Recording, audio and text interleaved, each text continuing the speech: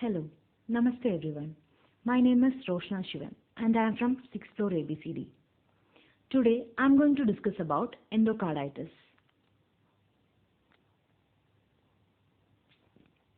Endocarditis is nothing but it is an infection of the endocardium, which is the inner lining of the heart chambers and heart valves. There are certain factors which increases the risk for developing endocarditis. That are a person with artificial heart valves, those who have congenital heart defects, a history of endocarditis, damaged heart valves, history of intravenous illegal drug use, infections from any other part of the body, and certain dental procedures. These are the main risk factors for developing endocarditis. Next is etiology. A normal heart is relatively resistant to any kind of infection. Bacteria and fungi easily do not attach to the endocardial surface due to the continuous flow of blood to the endocardium.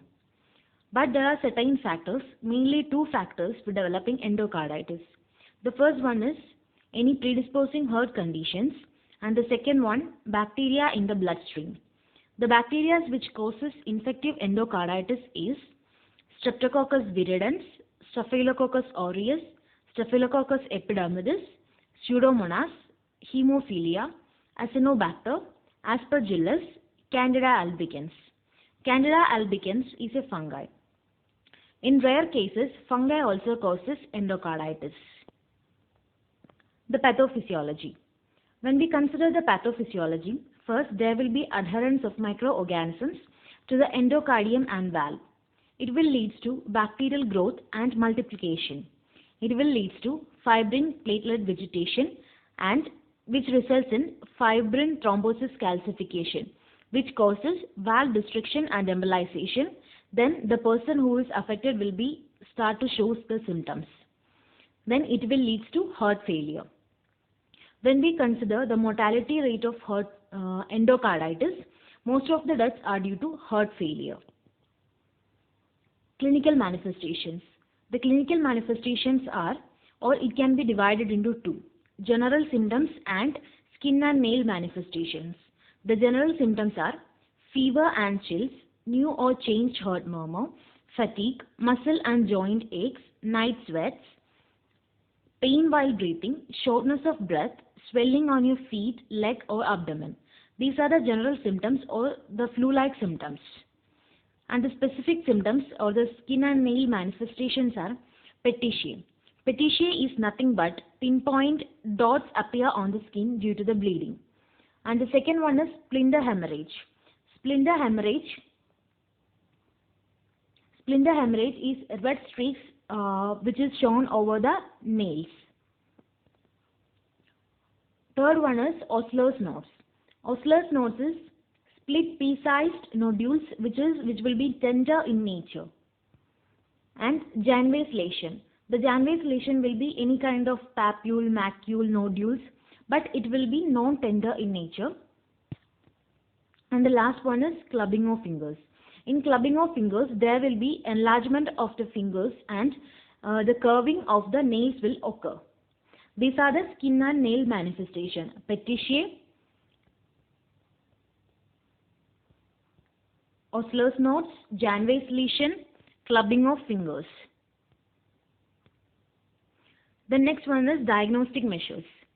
The endocarditis can be diagnosed by physical examination, blood culture, ECG, echocardiograms, CT scan, MRI, X-ray. These are the main diagnostic measures for endocarditis.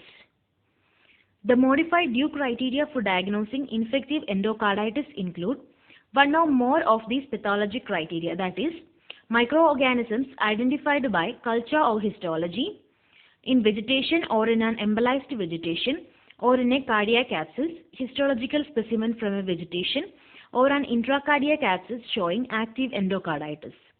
Additional criteria needed include 2 major criteria or 1 major and 3 minor criteria or 5 minor criteria.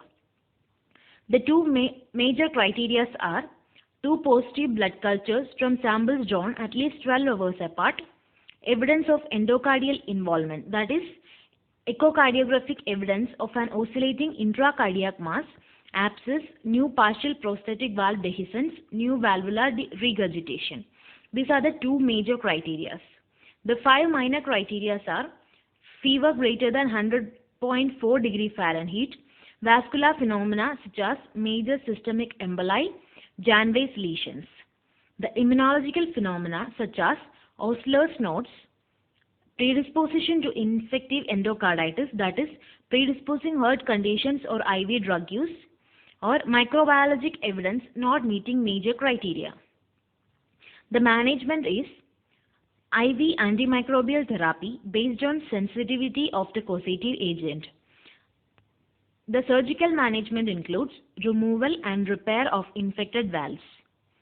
The nursing diagnoses are decreased cardiac output related to incompetent valves, ineffective tissue perfusion related to interruption of blood flow, hypothermia related to infection, imbalanced nutrition less than body requirement related to antibiotic therapy. The nursing management, maintaining normothermia, which includes assess the level of temperature, provide cold compression, check temperature every half an hour, administer plenty of fluids, administer antipyretics as per physician's order, reduce physical activity to reduce cardiac workload. The second one is maintaining adequate cardiac output.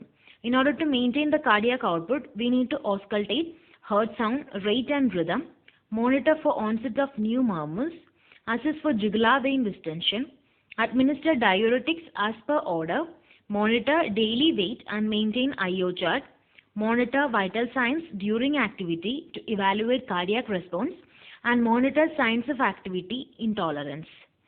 Reduce activity if systolic blood pressure goes down. Plan rest periods between activities to reduce cardiac workload. And the third one, for maintaining tissue perfusion, it includes assess capillary refill, skin color and temperature, provide oxygen therapy to increase oxygen to promote comfort by relieving hypoxia. These are the nursing managements. So, always keep a healthy heart so we won't be apart. Thank you.